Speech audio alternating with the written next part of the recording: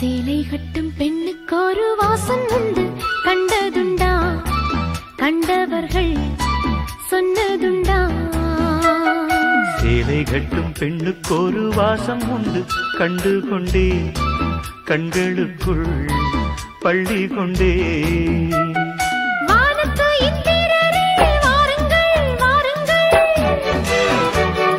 பெண்ணுக்குள் என்ன இன்பம் கூறுங்கள் கூறுங்கள்.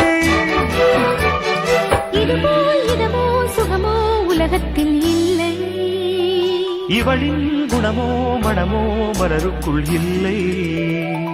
சேலை கட்டும் பெண்ணுக்கு ஒரு வாசம் உண்டு, கண்டது